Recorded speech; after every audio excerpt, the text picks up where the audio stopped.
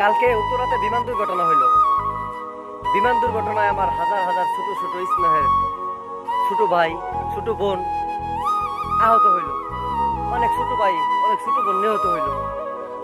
1990 সালের বিমান কিভাবে বাংলাদেশে 2013 সালে কিনে, আর ঢাকাতে এরকম একটা জনবহুল ঘনবসতি এলাকায় কিভাবে এরকম একটা যুদ্ধ বিমান আমার দেশে এরকম ঢাকার উপরে চলে?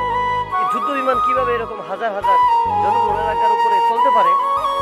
আমার ছোট ছোট বোনেরা, আমার ছোট ছোট ভাইয়েদের শরীরের ক্ষত দেখে, শরীরের পুরো চূর্ণ দেখে আমার চোখের পানি আমি ধরে রাখতে পারি নাই।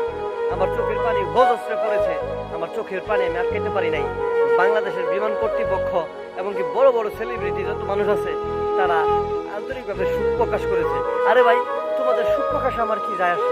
আমার বোনকে আমি ফিরে পাবো? আমার ছেলেকে, আমার সন্তানকে, আমার বোনকে আমি কি ফিরে পাবো?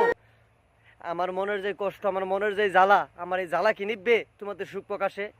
আমি আপনাদের কাছে বলতে চাই, আমার বাংলাদেশটা কি এইভাবেই চলবে?